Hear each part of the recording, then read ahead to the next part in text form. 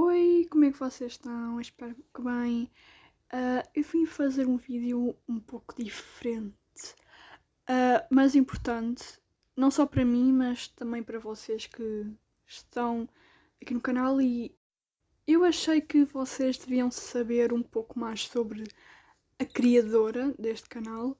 Então vamos lá, eu sou a Zuki Wolf e para quem não sabe, eu tenho dislexia moderada, ou seja, eu sou uma pessoa neurodivergente. Mas do que é isso? Então, a neurodivergência, ou melhor, uma pessoa neurodivergente é a pessoa ter um funcionamento do cérebro um pouco diferente das outras pessoas. Ou seja, a pessoa tem dificuldades em aprender ou comunicar por causa do funcionamento do cérebro. Agora eu vou referir alguns exemplos de transtornos do desenvolvimento, como o autismo,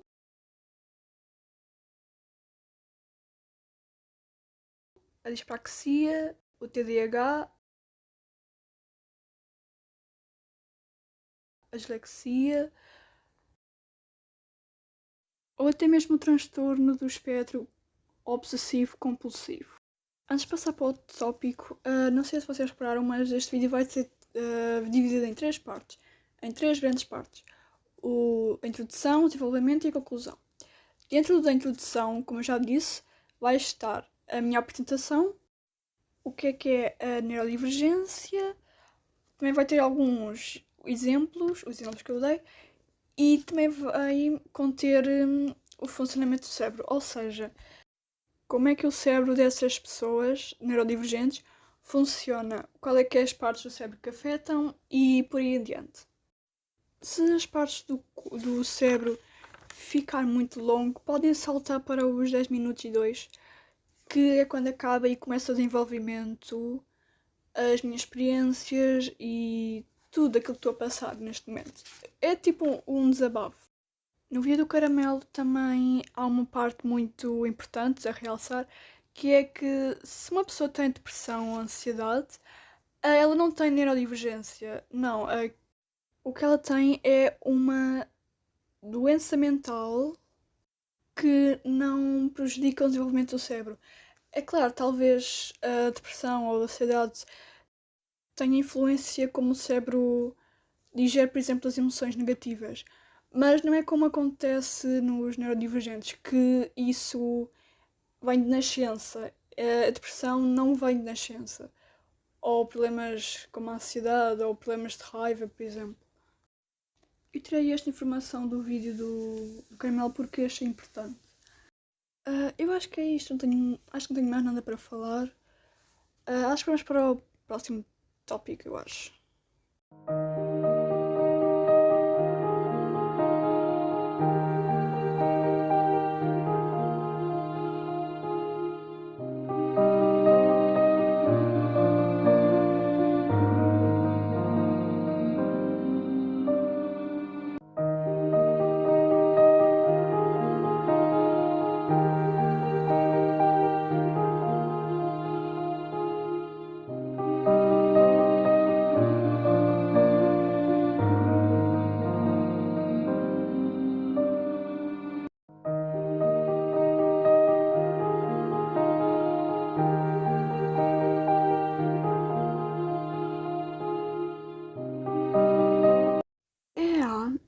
Afeta especificamente o lobo frontal e temporal do cérebro. O lobo frontal é responsável pelas áreas motoras, pré-motoras e linguagem. O lobo temporal é mais responsável pela linguagem e a memória. Em alguns estudos,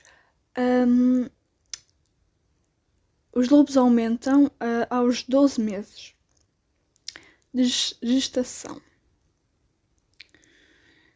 Também o fluxo sanguíneo no cerebral demonstram disjunções no lobo temporal. No giro temporal superior esquerdo é menor, o que impossibilita que os autistas demonstrem as suas emoções. As várias disjunções no lobo temporal podem provocar limitações de contacto visual, por exemplo.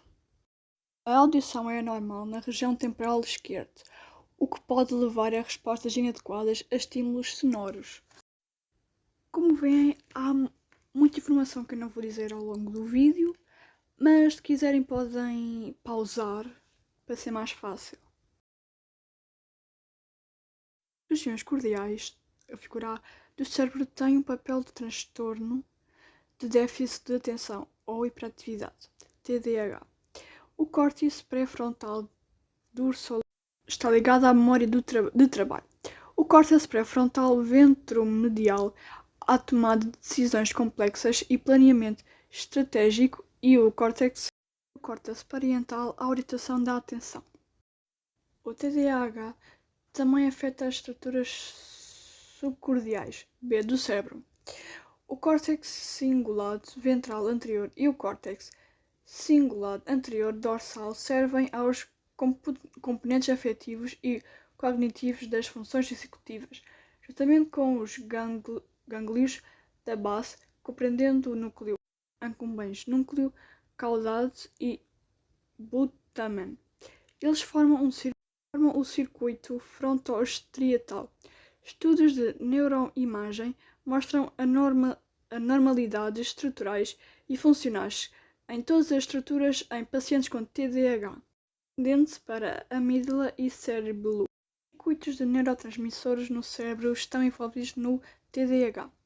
O sistema dopaminérgico desempenha um papel importante no planejamento e iniciação das respostas motoras, ativação, comutação, reação à novidade e processamento de recompensa. O sistema noradrenérgico influencia a modulação da excitação, sinal ruído, propulsões em áreas cordicais, processos cognitivos dependentes do estado e preparação cognitiva e estímulos urgentes. Como eu já tinha dito, isto são muita informação. Então, se quiserem, podem simplesmente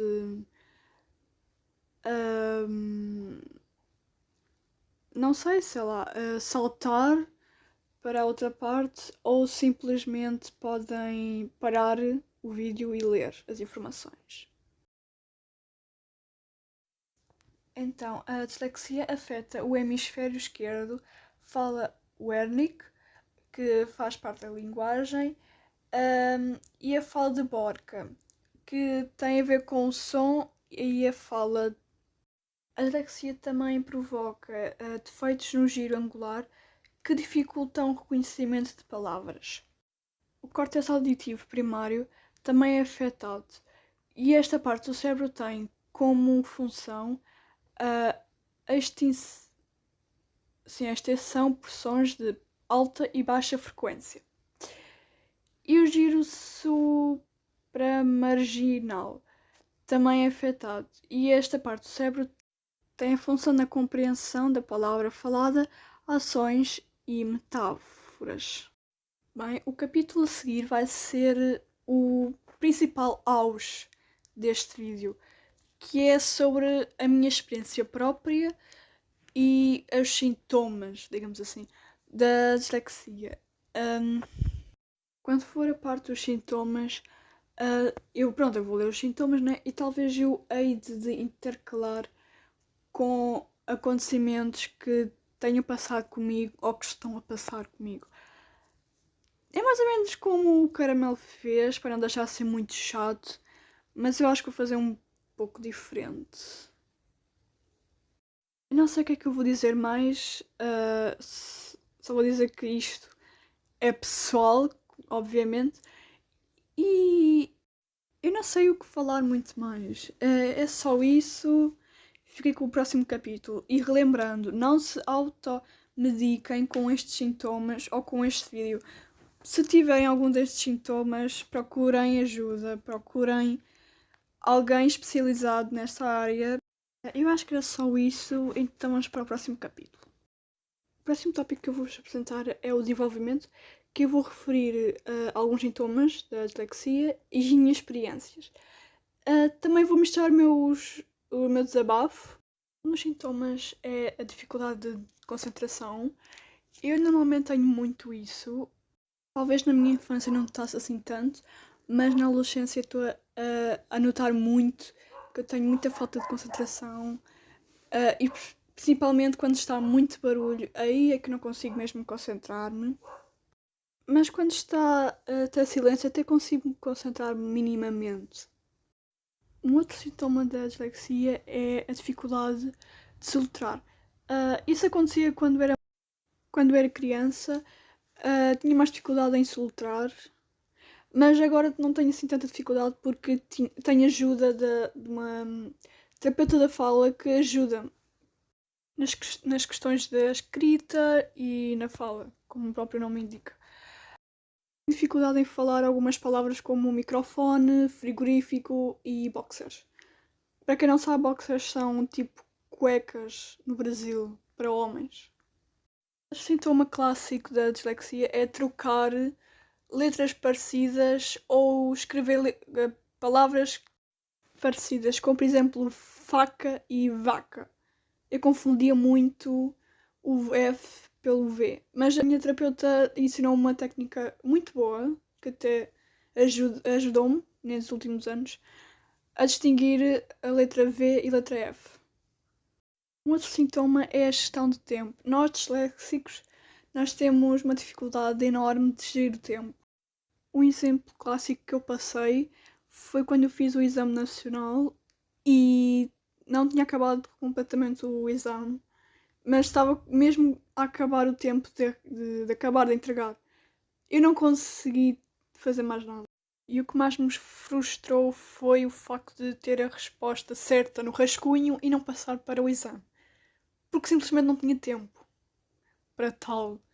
Isso irritou-me tanto que até agora estou a culpar-me por isso. Nós, os léxicos, também temos dificuldade em organizar nossas ideias. Eu posso falar por mim, né? Porque este roteiro foi totalmente desorganizado. Eu não sei como é que eu consegui expor as minhas ideias já em um vídeo, mas aqui está. Ainda assim, ainda penso que este roteiro podia ser melhor, mas tudo bem. O sintoma pode ser mais comum do que parece, mas eu vi em sites e estava mesmo a dizer que os disléxicos têm dificuldade em memorizar.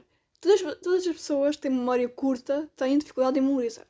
Eu especificamente eu tenho memorizar matéria. Por exemplo, eu demoro um pouco para decorar a matéria em si.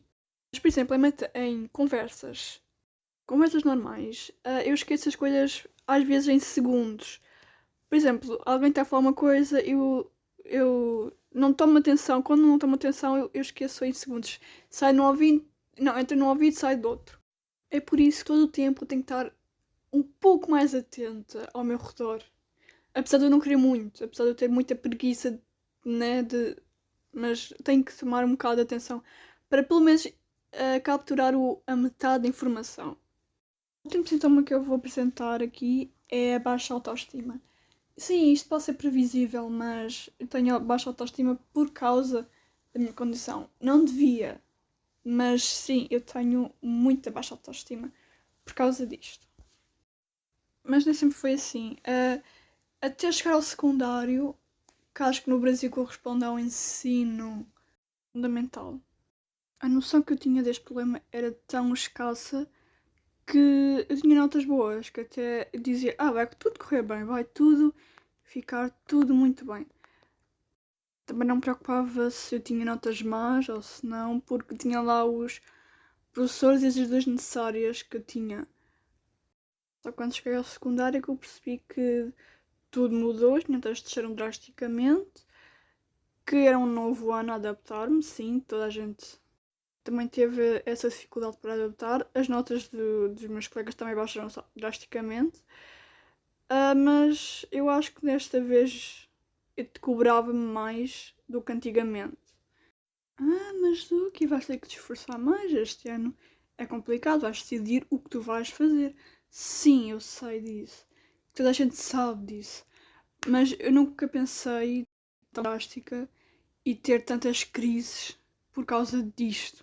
Até chegava a chorar nas aulas porque porque um teste não corria assim tão bem, ou porque tive uma nota baixa, ou porque simplesmente eu parecia burra. São essas pequenas coisas que me fazem ficar em pânico e que me faz desistir de tudo e virar, não sei lá, uma vadia qualquer. Apesar das pessoas ao redor, principalmente os meus pais, dizerem que eu vou conseguir, eu vou isso tudo, babá, babá. Mas na realidade não consegui nada e tenho mais certeza disso. Eu tenho com as pessoas que dizem isso, mas não consigo fazer o que as pessoas querem que eu faça. Sim, eu sou esforçada, eu esforço-me no máximo que posso, mas. Ai, não sei, falta-me a confiança necessária. Para mim não é fácil aceitar uma coisa que já vivo contigo, que já deverias aceitar, né? Mas eu ainda não aceitei e acho que nunca vou aceitar. Apesar das pessoas dizerem sempre coisas positivas, eu não consigo agarrar isso, trabalhar nisso e potencialmente aceitar as minhas dificuldades e ultrapassá-las. Eu não sou bem assim. Eu fico na minha, eu penso, eu vou ser burra para todo o resto. Também não vamos ser negativos, né? Talvez daqui a uns anos eu consiga mudar o meu pensamento e dizer, talvez, talvez, só talvez eu ultrapassei as minhas dificuldades e tive um futuro estável. Até lá eu vou pensar que sou um estrume no meio das pessoas. Também com os anos aprendi, ao conversar com as pessoas, principalmente na internet, percebi que eu não passo de uma pessoa maluca que tem ideias doidas só para puxar assunto. Isso pode ser positivo, porque tenho sempre coisas para falar, isso assim, mas também pode ser uma coisa negativa que parece que eu estou em. Parece que eu não dou espaço às pessoas. Mas isto acho que não tem. hum, Eu não faço por mal, eu só faço porque quero um pouco de atenção, mas também não quero nem tanto. Eu quero um pouco de atenção, mas também não é assim muita atenção. E todas as pessoas que conversam comigo, desculpem por isso. Eu não faço mesmo por mal, eu só quero mesmo conversar porque eu não tenho muitos amigos. Especialmente nem tenho amigos virtuais, então eu sinto-me muito agarrada. Converso com a pessoa, eu penso, ela já é minha amiga, então vou conversar toda a hora, todo o momento. Mas não é bem assim, tenho que separar as coisas.